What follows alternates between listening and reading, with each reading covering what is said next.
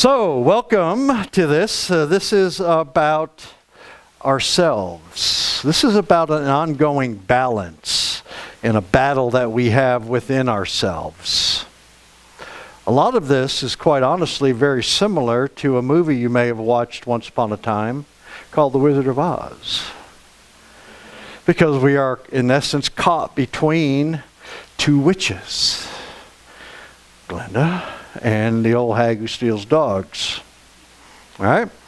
And they're all telling us different things. So this is what we are caught between, and this is the ongoing battle that we have within ourselves. This presentation is developed by me based on the Edgar Cayce Readings, and what I'm presenting to you is my takeaway of those. You are more than welcome, and we encourage you to get in and study the readings yourselves, because to each they will find that which is important to them in particular. Cayce said that many times when he was doing the readings, and that people could see the same thing and take different takeaways from it, because it's all going to be meaningful to what you put into it, what you believe. So you're all welcome to get in and do it again yourselves. In addition to the readings, this follows the book 2 of Desire on Search for God, and its accompaniment by Dr. Mark Thurston, Experiments in Practical Spirituality, in case you want further follow-up with this. These are the sources that I use to, in fact, develop these things here.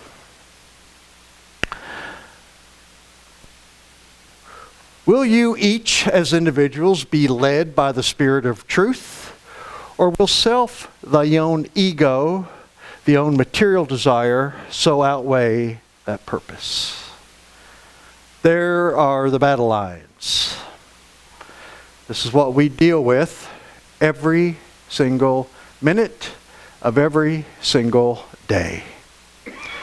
For those of you who are not familiar with the nomenclature, the 262-125 is the reading that this quotation has come from.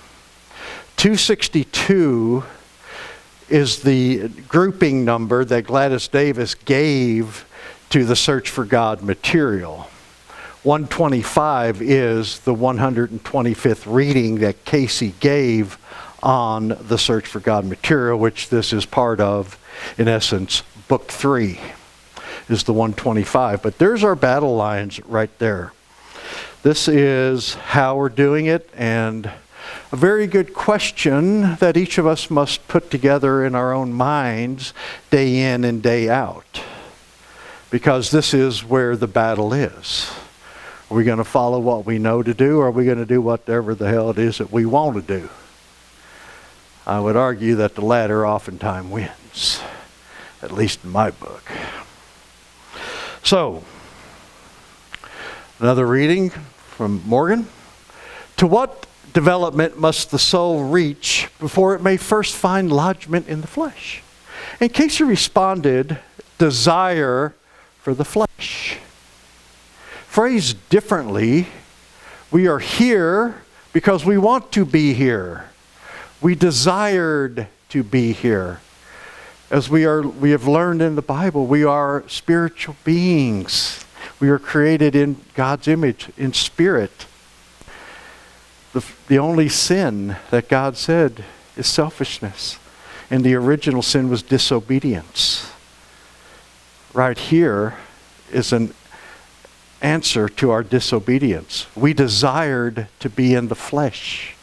We wanted to know what it meant, what it felt like to be an animal on this earth. We wanted to know what it felt like to be a rock. We wanted to know what it felt like to be a tree. Consequently, what we did, we took our spiritual selves and we pressed ourselves into matter so as to attain those sensuous feelings. And this is how we got to be here, because we so much wanted it, so much desired it, that we soon forgot from where we came. And then we found ourselves to be trapped in materiality. The mind is the builder. We are now here. This is what we're doing. We are now working our way out because we have forgotten our relationship with God. We have forgotten it. Our souls had forgotten it. We are too busy experiencing that of the material. God's given all of us free will. We can do whatever it is we want. We have free reign to do so. In fact, you can run right now down to the Galleria and go max out your credit card. But should you? Probably not. But you could. And what happens when you max out your credit card? You get a bill in the mail. All right? God put down universal laws called reaping what you sow. You wanted to put yourself in matter. I told you not to do that, but go ahead. And now you're stuck in it. You got to get your way out. But you got what you wanted. We all did. This is how we got to be here. Following up on that, in the error comes that man's will became that to supply the desire of the flesh, rather than the will of the creative energy. Hence, the builded forces has begun to be misunderstood, misinterpreted as to the purposes in life being builded then in both the concrete and the absent forms in life. Very telling what we have here. The more we partaken of the physical, the more we got caught up in it, and the more we forgot where we're going. We, in essence, have dug ourselves in a big hole. Because once we got bored with the material, we found that we couldn't just leave. We became trapped. We had to now find a way to get out of here. And what has happened is that it's kind of like a domino effect, because the more that we partaken of the material, our desires, we desired it more and more and more. It also started to filter out into the spiritual things. And this is what Cayce was talking about, is that we started to go in and misinterpret our purpose. We misunderstood what it is, both in the concrete, which means this sexy body in front of you, and in the forms in life, which is the spiritual side of things. It started to fall over. We started to now desire this over and over and over and over again. And this is how we have become, that death comes into the part. Because if it's been created, it must have a beginning and an end. By us pushing ourselves into matter, created the need for death to occur so we could get ourselves out of the mess that we've managed to get ourselves into. From what may anyone be saved? Only from themselves. That is, their individual hell. They dig it with their own desires. I wish to hell somebody told me this when I was 19. But that wasn't the case, but this is the battle. This is the battle.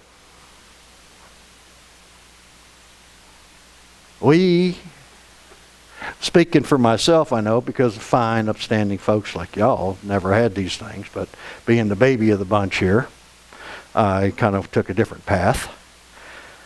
But I know that this to be very true, because there's a short-term emphasis on the desires.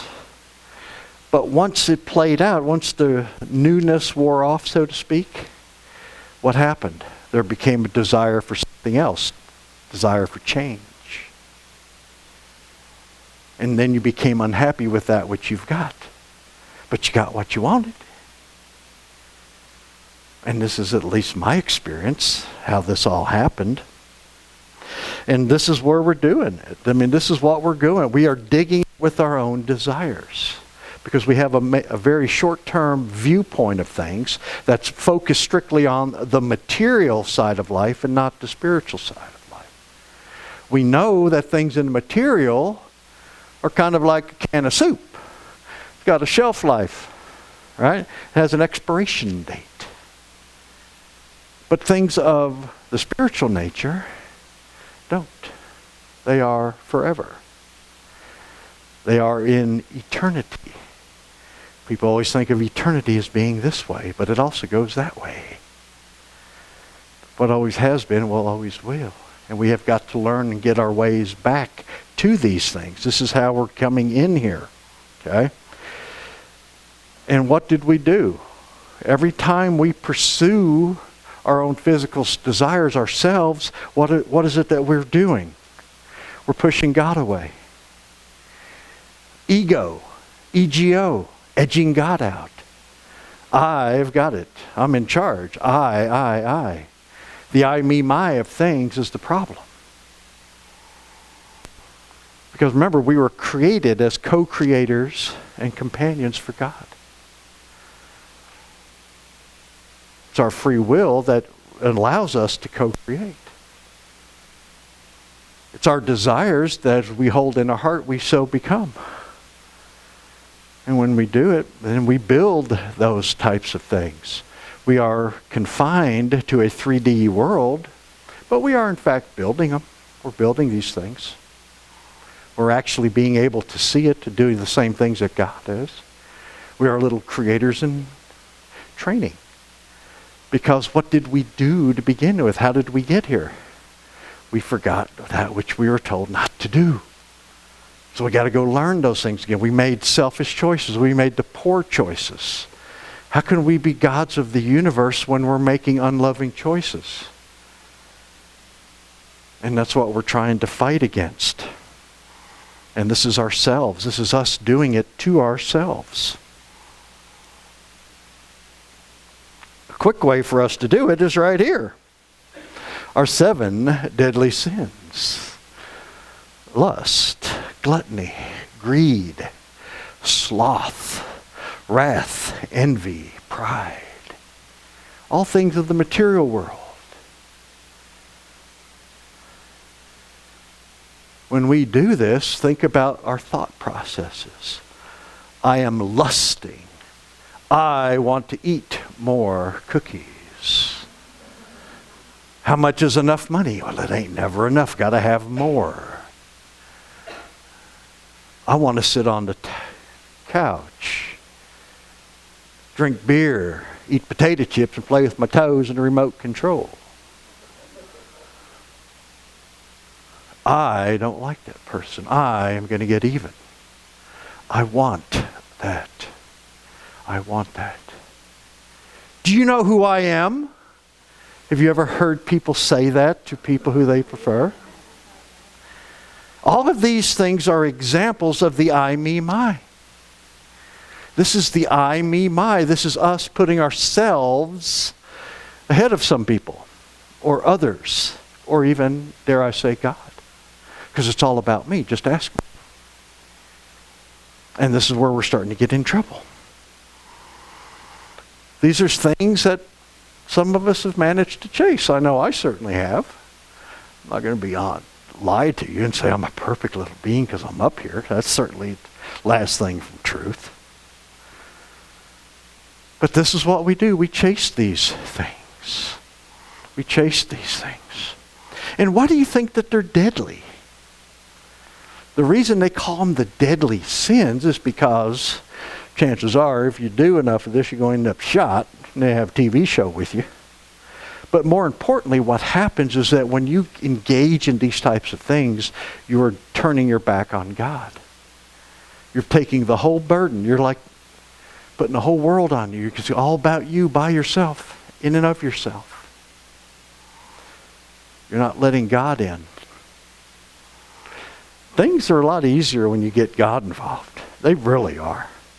But you got to believe it and trust it and go with it. And that's not easy to do because we haven't been conditioned to think this way, because over lifetimes we've always put the burden on ourselves. I want to do this. I want to do that. Why? Because I can. Because I'm me. This is where we start getting into trouble.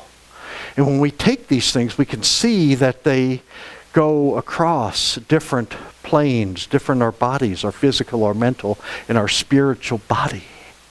Some of our physical desires are right here. There's gluttony. There's lust. There's me. It's all about me. I mean, I was just putting on my makeup. I couldn't get it right before I came down here. I had issues, so I was late. Drugs and alcohol. Possessions. I got to have this. All of these are forms of addictions. And we don't think that we are addicts, but I can make a case that we are.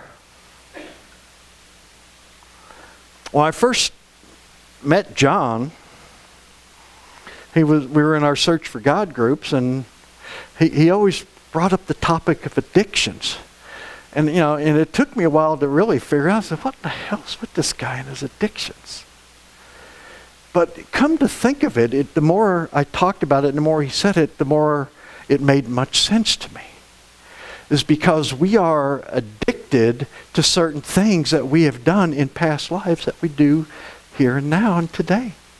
And it isn't just snorting cocaine or smoking pot or drinking beer. There's other forms of addictions. And it's behavioral addiction that we carry through with ourselves into other lifetimes, whether we choose to believe that or not. Okay? And it's quite interesting because in order to drive that point home, I'm going to give you a case study. And this case study was based on a gentleman who Cayce gave a reading for. His name is Charles Lemaire. And it's in this case study that a lot of the precepts that we have talked about, that we hear and talk and listen to in our Cayce studies, are all tied together. Now, Charlie here was a pretty interesting individual. He happened to win 3 Academy Awards. Can you relate to the Academy Awards? Yeah, you can, because we've heard about them all the time. Charlie was a costume designer and director. He started off with the Ziegfeld Follies.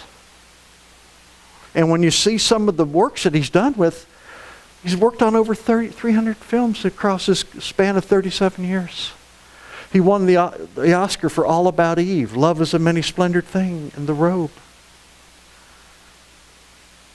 That was his passion. That's what he did.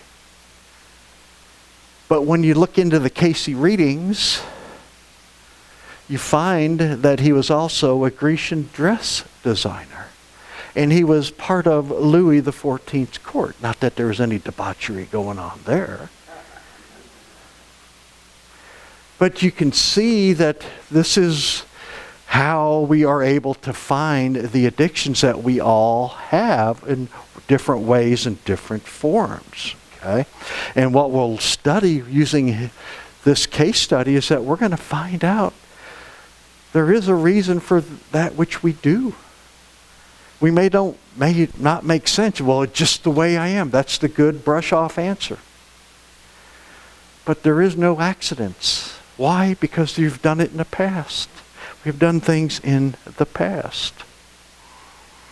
One of his readings for Mr. Lemaire. For that of any creation of the mind, which is to appeal to the animal rather than the spiritual natures or mental mindedness, is sin. That which is created within the mind that may present such measures as to laud the virtues, minimize the vices in the experience of human relationships, is good. There's your definition of sin. Can you see the 7 deadly sins coming into place there? Which of the 7 deadly sins could we state as rather animalistic in nature. We all have these traits and these tendencies because we have a long history of doing these things. The fact that we may not be doing them in this lifetime is probably a good thing, but it doesn't mean that you weren't making progress. But we can see that all of these things that are coming in here is talked about the mind building it. It comes down to intent and purposes. And quite honestly, the biggest takeaway in a lot of things, there's been a lot of takeaways from my Cayce studies. One of them, the biggest I would have to say, is getting a grip on purpose and intent. Phrased differently, why in the hell are you doing this? Just because was always a favorite answer of mine. My mother would always ask me, well, if everybody jumped off the roof, you going to jump off too? The short answer was yes, followed by a digit of 5. But yeah, that's what I was doing it. But why? Why would I do it? I never gave it any thought. And there was a deal she always said, do not ever do anything that you would not want to see put on the front page of the paper. That too fell on deaf ears. But eventually I kind of got it. But you see, we've always been told to pay attention to our words and our deeds. Certainly those are important. But Cayce takes it a step further and tells us that we need to pay attention to our thoughts. Because our thoughts too, like our words and our deeds, must be reconciled. These two are written on the skein of space and time. Never really gave it much thought. Well, we thought, well, if you can think it and don't say it, that's good. Well, up to a certain extent it is, but maybe you shouldn't be thinking it. Because remember, life's like a big boomerang, man. What you put out's going to be coming back at you. And you got to be prepared for the consequences. And it's not a matter of if, it's a matter of when. And it may not be in this lifetime. It may come at a later date. Cayce was very big on what, but very thin on when. He just said you can know that it will be coming back to you. Big lesson to learn for all of us. Another one from Mr. Lemaire. The body beautiful. There is little or nothing more holy, but that exposed or covered in such manners as to arouse only the desire for possession is evil. It is evil. This was given to him in his life reading in the context of his life in Louis XIV's court. Perhaps there was something going on back then, as being the clothing designer for Louis, that needed to be called to his attention. And if you remember how and what the Cayce readings are structured, when people got life readings, they didn't get the full Monty. They didn't get every lifetime. They were given the lifetimes that they had experiences in that are going to be germane to this lifetime. There is something that you may have done 5 or 6 times ago back in Persia, back in the Holy Land, back in the Nordic land, back in Europe or Asia, back then that you've done that is relevant to here. Cayce just picked the things that were important for people to recognize so that they could use it in this lifetime to better themselves, if they so chose to do that. They didn't always choose to do this. The body beautiful, little or nothing more holy. Why could that possibly be? Why would Cayce say that? Probably because our bodies of the Lord. It is through our bodies that we live and apply the Christ consciousness. To whom do we apply that? To our fellow man. How are we getting out of here? It's not a race between you and yourself. We're here to help each other. We've got to apply these things to our fellow man. Loving things. Thus, we have the ability to be of service, to be of a help to our neighbors, if we so choose.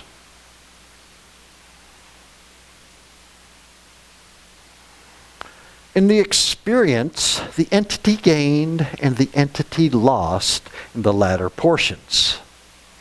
So long as the abilities were used in the creating of activities which brought to the mind of man and to those individuals the beauty in which the activities created, well, when they were used as means of self-indulgence, self-gratification, the entity lost. This was his Grecian life. And we could see what happened. Cayce tells us what was going on. In the beginning, he was doing things for the right reasons.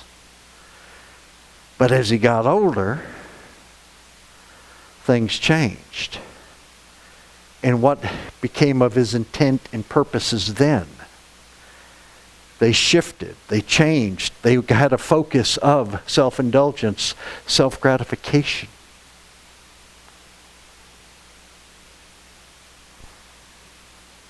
When it's all about us individually, you got problems. There's a story that Cayce talked about, a mother and daughter who were both prostitutes. And Cayce stated that in the lifetime, the mother gained, but the daughter lost. How could that possibly be? They both did the same thing, did they not? On the surface, yes. But what Cayce explained was that the answer of why one gained and the other lost came down to intent. The mother did it, what she did, to be a companion for others, to give them comfort at the time.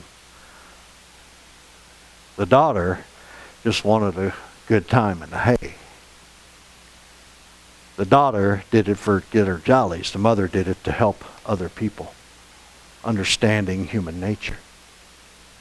Two people doing the same thing, both societally are disapproved, but yet spiritually one gained and one lost, because it came down strictly to the intent behind the actions. We don't often think of this, and this is what I meant earlier when we spoke about watching your thoughts. What was the thought? Why was she doing this? To help another. In whatever way. We may not personally approve of the way he did it, but it wasn't about her. It was about helping the others. It was about bringing comfort to other people. You know, we see a lot of this, and when we look at this, think about what happened in the Grecian times. Charles was shown that he started out okay, but then he failed. And then what happened? he came into Louis XIV's time in Europe. Did his profession change any? No, he still did the same thing, didn't he? Could we state that the soul of Charles was being given another chance to overcome? And what did he do in this lifetime? As we were saying before we lost power, Charlie here started in the Grecian times, being fashion-minded. He went into the court of Louis XIV several hundred years later. Again, fashion-minded. Fast forward into the 20th century, doing the same thing. You see, he's been given time and time and time. He's given the same opportunities to overcome. Cayce told him what it was that he needed to overcome. He told him what it was. He told him to, when you use the body, use it the right way. To enhance the beauty, not to develop possession. Don't be doing things that lead to self-gratification or desires. And this is what he's got. So if we can see that Charles Lemaire was being given several chances over a period of various lifetimes, are we too being given chances ourselves? Have you ever wondered why you do certain things? Why you have a knack for certain things? Why your tendencies and behaviors go down a certain path? Perhaps because you've done it before. And perhaps there was lessons that need to be learned going forward, as is what we found here with Charles. Okay. This is from a couple. Question posed to Cayce was, is it probable that we will again be closely associated or separated? Answer, this depends upon the desire. For as creative activities are applied, what ye desire becomes law. What you desire becomes law. And what's important about this, and this is a quite powerful statement, because the folks, the husband and wife in this reading, were here in the present. They were asking about future tense. And what Cayce was saying is what you do now will become law later. So if you want to have the same husband, boyfriend, wife, girlfriend, or whatever in the future, if it's desired, then you can in fact attract that and start building it with your minds. Very powerful statement here, because we don't think about anything outside of this lifetime as a rule.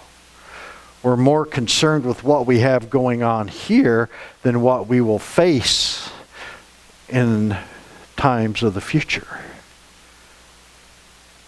Consequently, we also cannot limit ourselves to being believers that we must come back to the laboratory of life here on the planet Earth.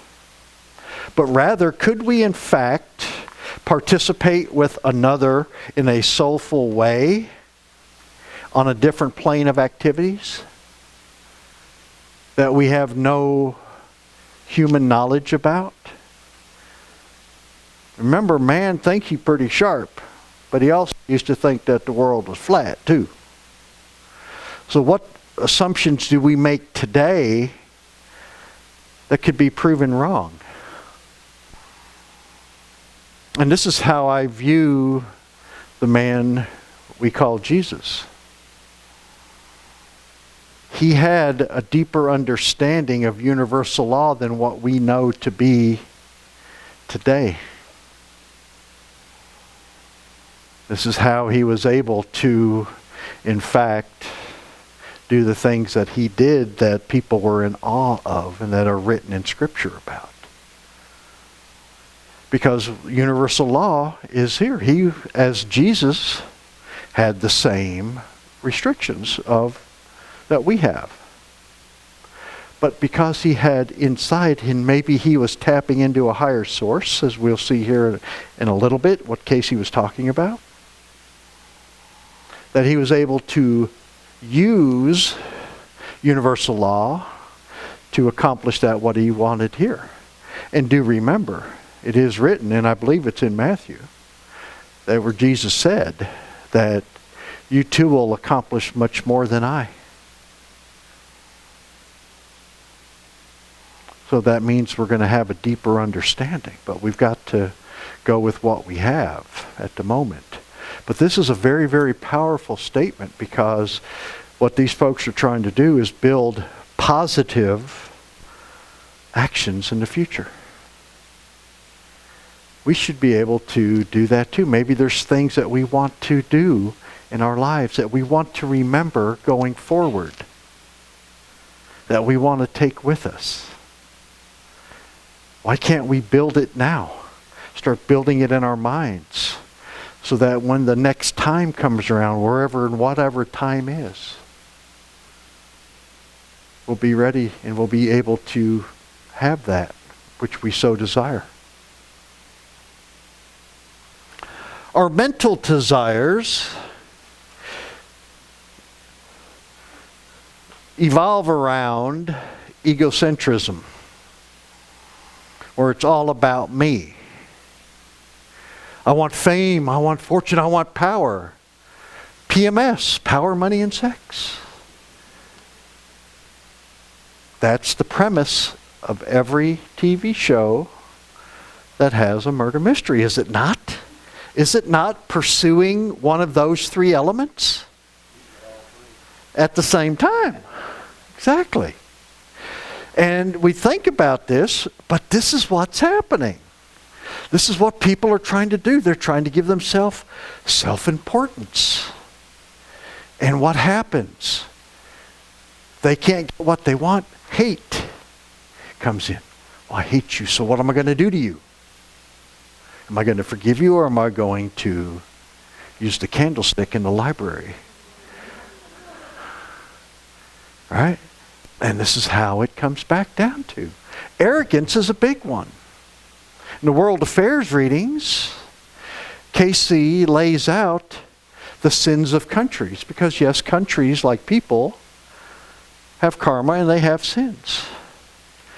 Who do you think's sin would be arrogance? USA. French is over here on this side. But yes, Cayce said that America as a country is a very arrogant country, and it must learn its lessons.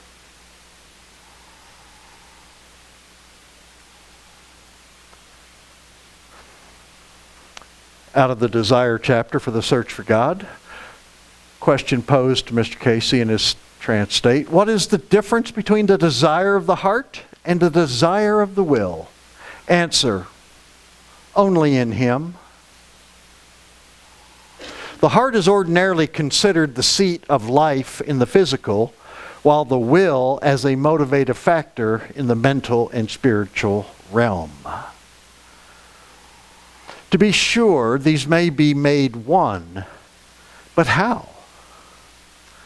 In that the will of self and the desire of the heart are selfless in the Christ consciousness, is the answer that he gave.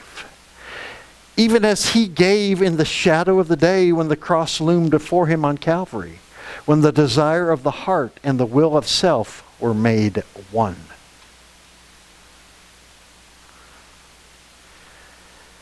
Cayce tells us that the biggest temptation, the biggest challenge that Jesus faced in his 33 years occurred in the garden. Because he knew what was coming down. Physically not appealing. But he also knew the rationale and the reason behind it. He was doing it for us. Thus, he made the desire of the heart and the will of self one. And this is how Jesus did it. It comes all down to intent and purpose. How bad do you want this? How bad do you want this? Whatever it is. And when we put this together, this is, if it's in him, then we're good. We're good to go. Because you see, if we make it into a physical or something that is in a material world, we could certainly build that. But it's a very short duration. Whereas things spiritual, as was mentioned earlier, are for the long haul. They're greater. But it comes down to, why am I doing this? Is it God's will? Let your will be my will, your ways be my ways. Let me do that which you would have me do. All of these things are trying to force our physical selves, our counterintuitive selves, the I, me, my, to come back and reestablish our relationship with God. And to try to put us in one right here. We don't need to go get ourselves crucified to do it. But we do have challenges that we need to meet. And the repercussions of meeting those may not necessarily be a pleasant thing for us. But if it's God's will that these be done, then so be it. But we got to learn to do these things for the right reason. Cayce also talked about, with respect to intent, people. And how bad do we really want this? This individual here, this was basically a health reading that Cayce was given for this individual. There will first have to be the arousing in the mental forces of the body, 2997, this person here, the desire to get better, the wanting deep down in itself to get better, not merely saying so, but the wanting to be better and not be tormented by the conditions and the environs that have been part of the experience of this tortured body. 2997 was suffering from multiple sclerosis.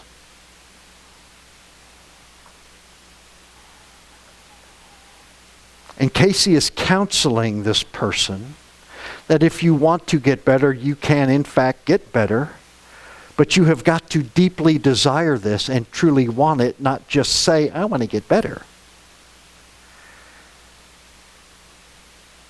The health readings are very, very specific when they talked about this topic, because Cayce would always pose the question, if you want to get better and you want healing, what are you going to do with it?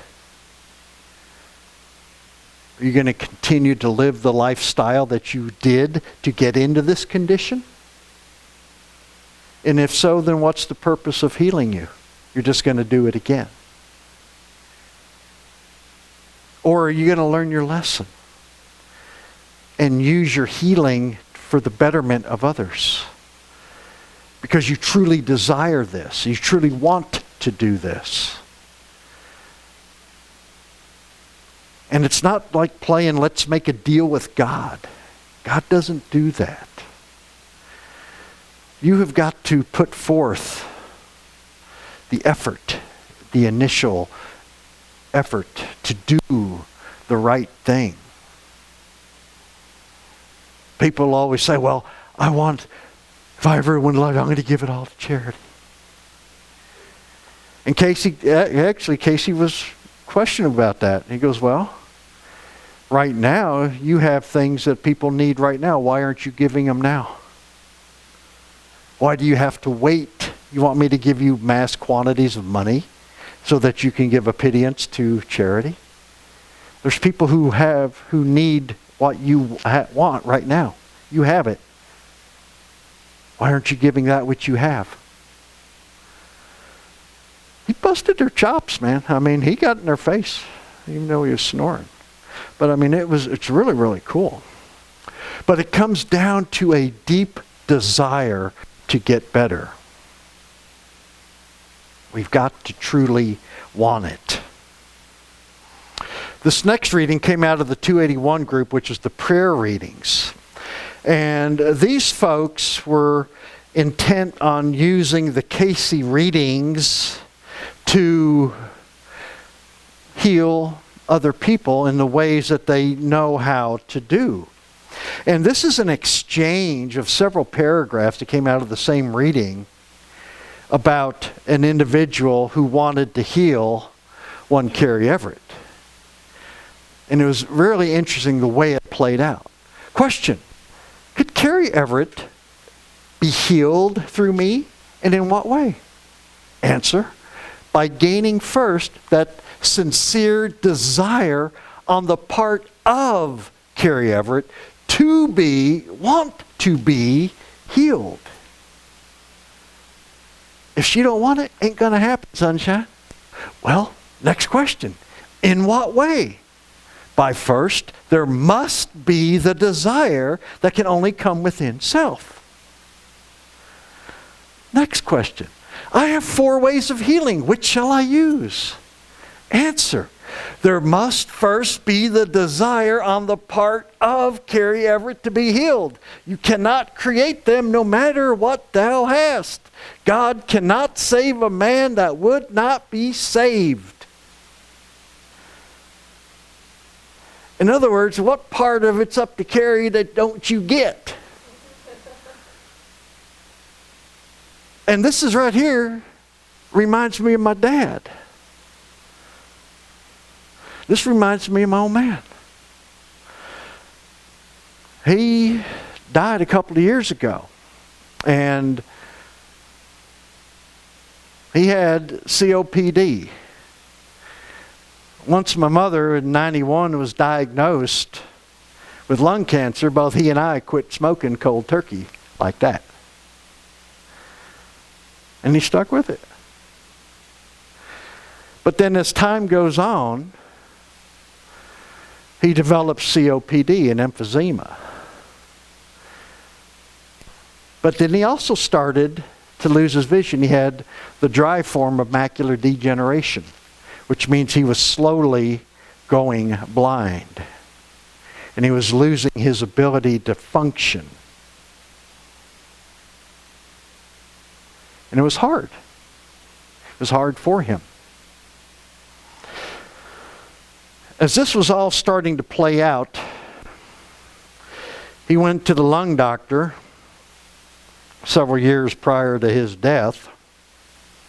And they did, I don't know, x-ray or something. And they had a little itty-bitty spot on his lung.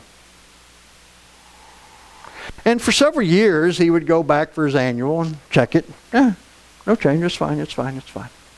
It's not growing, not anything. But what I saw was that as his quality of life degraded, because he couldn't see, he couldn't hear, and he's having trouble breathing and getting around and walking, that thing started to grow. And that's what finally killed him. Because once he decided that he was done, the body took over. Said, okay, I'm with you, bro. I'll get you out of here. That's exactly what happened. But so long as things were going on, the little thing just stayed dormant. It was fine. But once he committed upstairs that he was done, the body took over. The desire shifted. He no longer desired to live.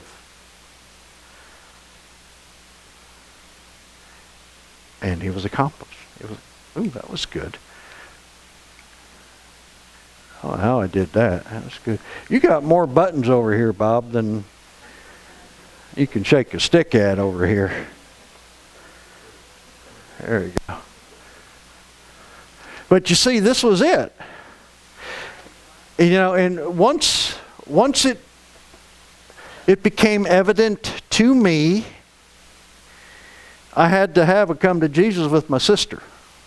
Because my sister don't do this. I do. She still goes to church.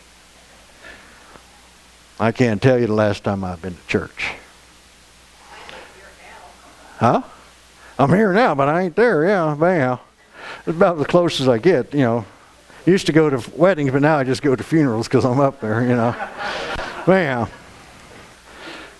But once this happened, I told her, I said, Teresa, there ain't nothing we can do. He done decided. And the body will accommodate that. That's why it's growing. He wants out. This is his mechanism. This is the body giving him that which he wants. So I told her the best that we can hope for is just provide comfort. We ain't going to be able to heal him. We can't. It don't matter which doctor we go to. He's 90-something years old. They ain't going to cut him open. You know? But this is how it works. And I would argue that it's all of us. Once we get it upstairs that, you know what? Life sucks and we're done with it. Body's going to accommodate that for us. It'll get you out of here. This is another one that talks a little bit about not only individuals, but the collective as well. This was done in May of 1942, this reading. Based on present conditions, will the forces advise us when the fighting will stop? Answer. This is dependent upon many things. It could be over. It is possible for it to be over by the 30th of September. But this would require a united effort on the part of those who pray more than those who shoot. And they are not ready for it yet.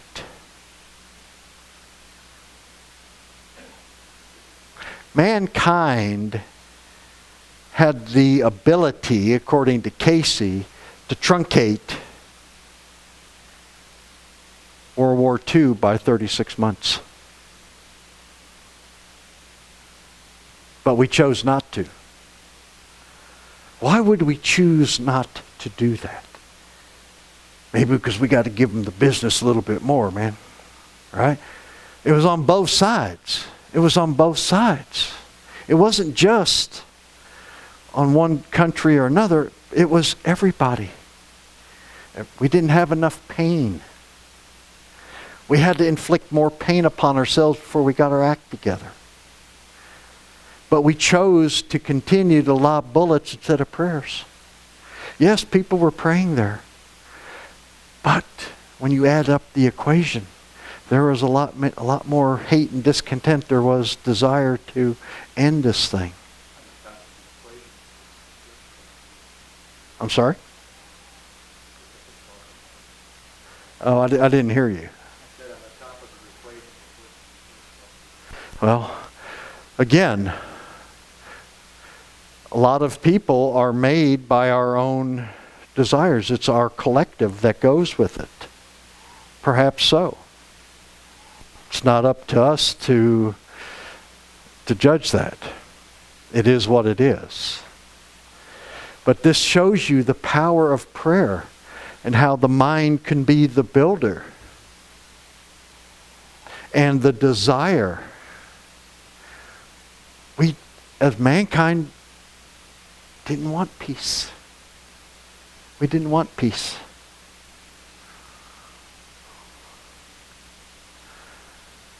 Now, this one here is interesting too. I know there have been a lot of gnashing of teeth around here since about November 8th, but you need to think about this. To each of you, then, give God a chance. Know that no man is in authority or in power in the earth today, save as has been granted of God. The Father, may be better known. Man sees only for the moment. When man has purposed in his heart, God hath seen the end of. This ties right back to what we saw with Hitler. Cayce said that in the beginning Hitler was an okay type of guy. He was just another guy. But you see what happens to people who are in power, they have a circle of folks around them who try to influence them. Woodrow Wilson had his group of people surrounding him when they were doing the League of Nations that the U.S. voted down. And Cayce says that Jesus was at the table with him. But it wasn't Wilson's, it was his advisors that voted it down. This is what happened with Hitler. It wasn't necessarily Hitler was a bad guy, but it was his group around him that influenced him and got him and manipulated him to do those things. Now certainly those were bad things, but still, it wasn't his bright idea. It came from a group consciousness. Because you see, we never know what's in the heart of another person. We don't know their burdens. We don't know what they're going through. But we do know that they're in the position right now for a very important reason. And God put them there. And maybe this is why we pray for these people. Because they're going right in to a den of vipers. Because the people that run politics in any country are not necessarily going to do what's best for the collective.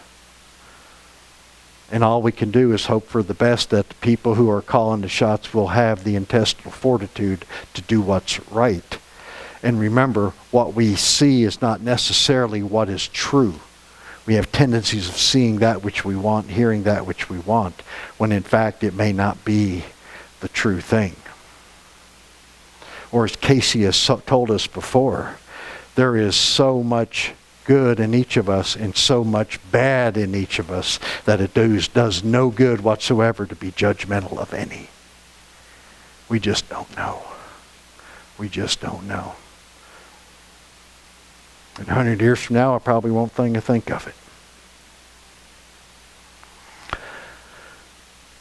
This brings us into our spiritual bearings, our moral compass, if you will. We have choices to make. We can do a lot of things with the space between the ears if we so choose to do these. Charles Lemaire, like many of us, fought and fight an internal battle. Cayce told him, he said, these are the warnings that have just been indicated. Know and find that spiritual mental ideal, as well as the mental material ideal. For that which is lasting, that which brings peace, that which makes for contentment, that which is fully as an assurance, comes only from that as may be interpreted as spiritual force, or the life and purposes and desires as may manifest in an individual entity, soul, or body. Balance is the name of the game. We are all in this world. we have a choice if we choose to be of this world. Of this world means that we are going to be pursuing things of the material more than the things of the spiritual.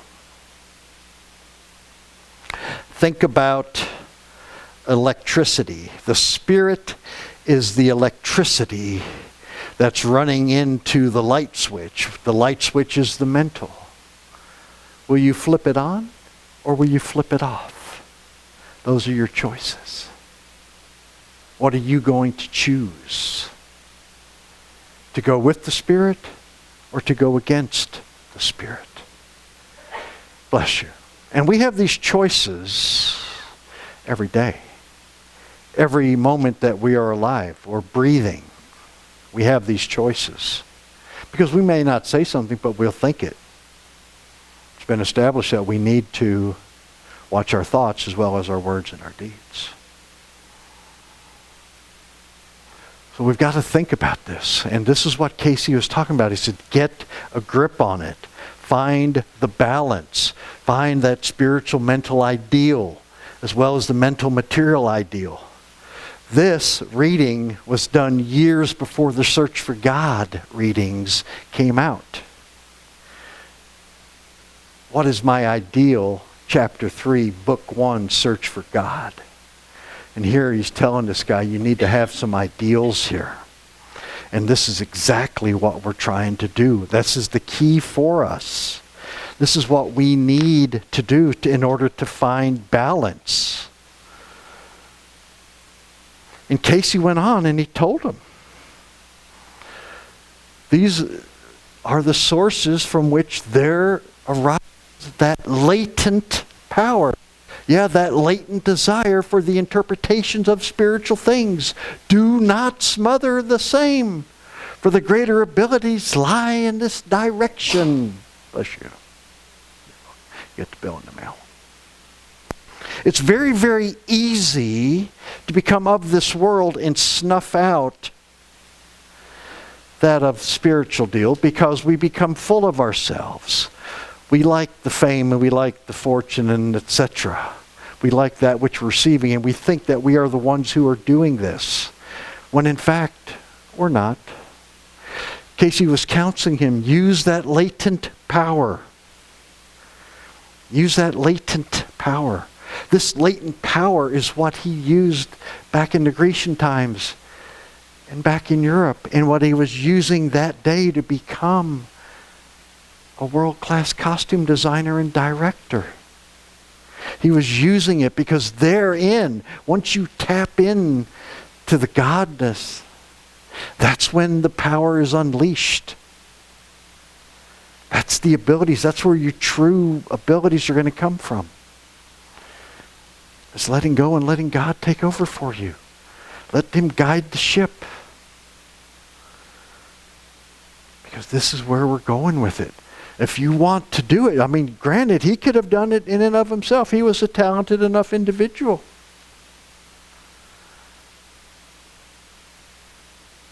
But could he have reached his further potential or his destination in and of himself? Probably not. We achieve our true potential by recognizing our true beings, and that as co-creators and companions. If you have a companion and a friend or somebody, will they help you out in time of need? Yeah. So why wouldn't God help us out in our time of need if we're sincere about it? We'll do a lot better when we bypass our own devices. This is out of the Works Readings, the 254 series, which Cayce says, okay, what do I do with all this knowledge and talent that I have? This is very, very telling reading here. Where there is illness of body, then give that which may make it free from those adaptings of itself to that which has bound it in this material expression. Where there are those troubled in mind with many cares, if they are seeking for the spiritual way, they too may find how, in their own experience, they may give the greater expression in their application of that which they have in hand. Where there are those who seek for the channel in which they may be the greater expression in this material plane in the present experience, they too may find their own selves and their relationships to the holy within. These should be the central themes. Doesn't say anything about the I, me, my there, does it? Spiritual integration and concern for others is the key words here.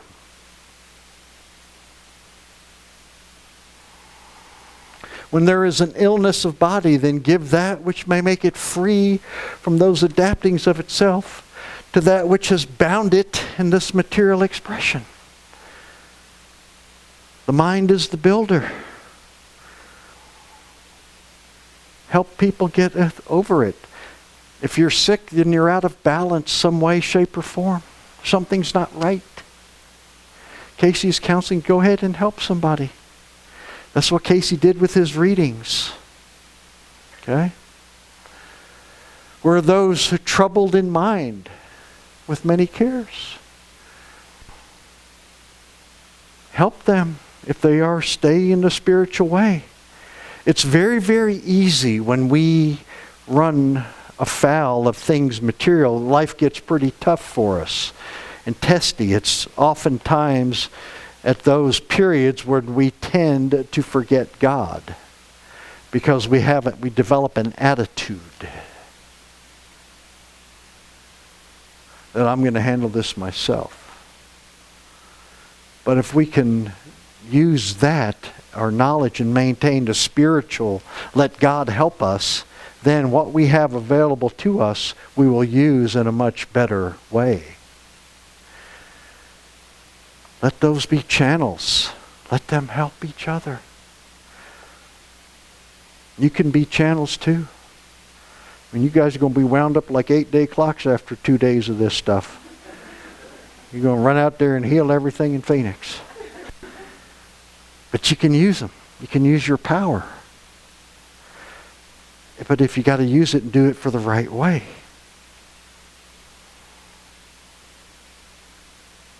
All of these up here are choices.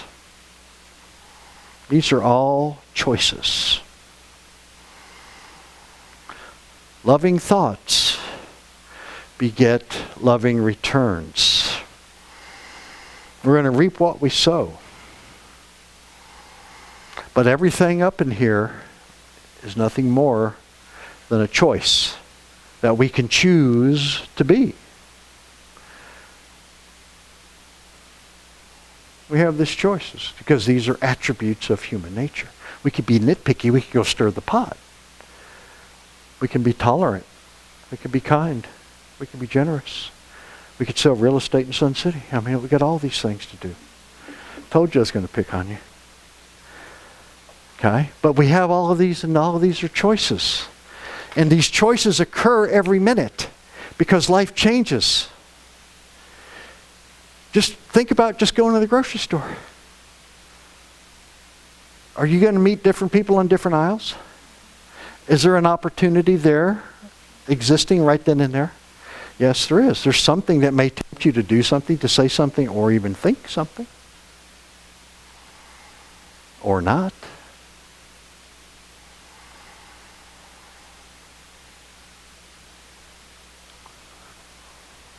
This is us. This is us. Oft, too long, the entity, Charles, has put off the seeking or determining of the ideal in its spiritual and mental life. Too oft, the entity has found a hoped-for ideal in material things. Thus we find there have been periods in which confusions has arisen. And yet latently, there is that desire, that belief in, that hope for spiritual awakening. Yet the entity finds that the gratifying of the material desires of the own self is so overwhelming and at times so easily obtained that at times the spiritual nature is lost sight of.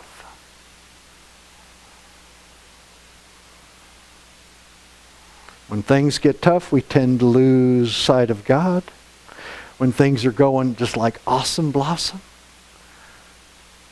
life is good.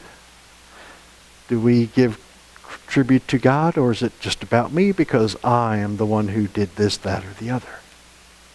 This is what we all deal with here. We all do this. And it's important, and if you can see here, that similar to what we learned about Charles' lifetime in the Grecian and Louis XIV realms, he was having issues dealing with certain things. We all do. It's hard coming over.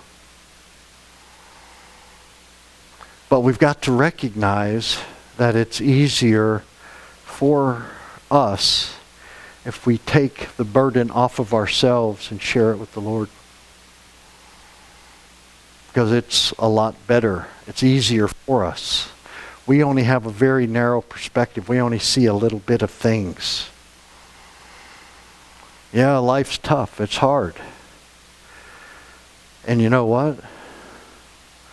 God's way isn't going to get you on ETV. Because you don't see the Kardashians in there.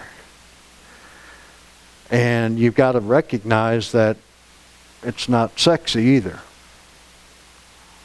Think about our society.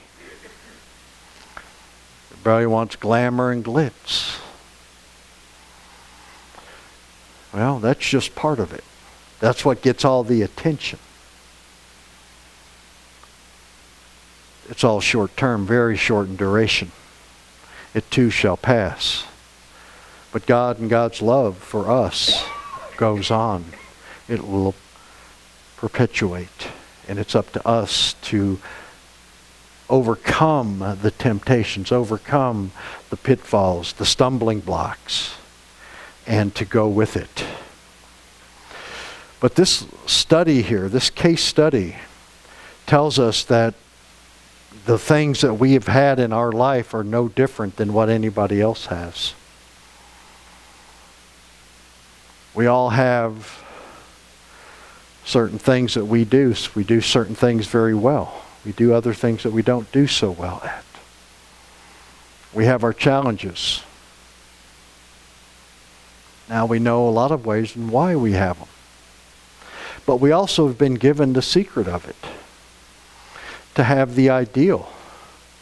To do for ourselves. To give ourselves a measuring stick. A way to go out and do it. This comes out of the A.R.E. right here. John did a wonderful presentation on what is my ideal a couple of years ago at Unity. But what it is, it's just a way for us to help keep ourselves centered. What's important to you, and how are you going to allow that to permeate your mental, your physical, and your spiritual selves? What is your compass? What are you going to use? And not only does something like this enable you to stay on the path, it also gives you the ability to review and reflect on how well you've been doing. And just think, just because you do this don't mean everything's going to be a bed of roses, because it ain't. We're all human. Things are going to happen. We're going to get our buttons pushed and we're going to react. And that's okay. Because we're all failed beings anyway. But at least we're now owning up to it. We're giving ourselves a path. Hey, this is the things that I need to do. Mentally, spiritually, physically. And if I do this, I know that I'm going to be a better person, and my soul will be in a better shape, in a better place when I leave this here. But it comes down to a choice. And that's what our battles are. Our battle is the choice. Do I do what I want to do? Or do I do what God wants to do? That's my choice, and that's your choice, and that's the end of this exciting presentation. Okay? Thank you.